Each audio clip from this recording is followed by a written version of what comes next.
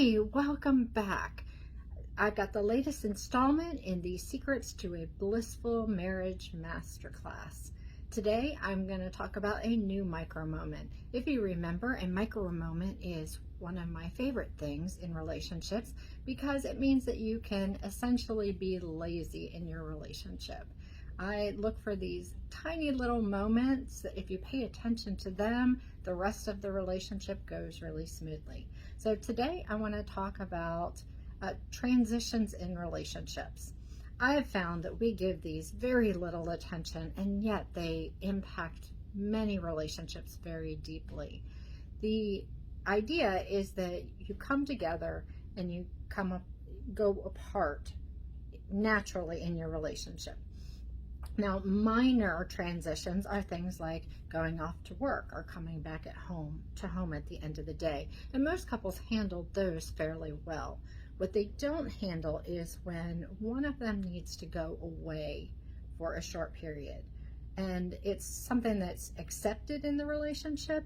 It's something that's okay in the relationship, but it happens and it causes a lot of conflict. So what am I talking about? Say one of you has to travel for work or one of you goes to visit family. This is a transition.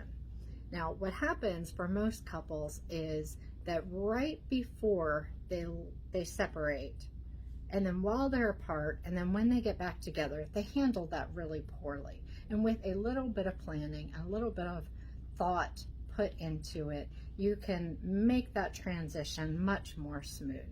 So for many couples, they get into an argument right before one of them leaves, or they get really cold and distant with each other. And that's an example of handling that poorly. Also, when they get back together, they handle that poorly. They might have an argument, they feel out of sync, it takes a couple days to transition back together. So these are the moments that I'm talking about. When you think about these, you can do these much better. If you know that you have trouble with that separation part, you can put in place the activities that will keep you connected while you're apart. That might mean scheduling some time together, or it might mean talking about what it's going to be like when you're apart and what you need to stay connected while you're apart. Then doing those things that you talk about that keep you connected. For instance, do you need a daily phone call? Do you need some uninterrupted time with one another? Do you need text throughout the day? Does it help you to have some pictures from home? All of those things are things that you can work out ahead of time. And those are just some examples. Couples come up with all sorts of ways of staying connected when they're apart. So being intentional and thoughtful about that. Then also being intentional when you come back together. When you come back together, having some things that help you feel connected.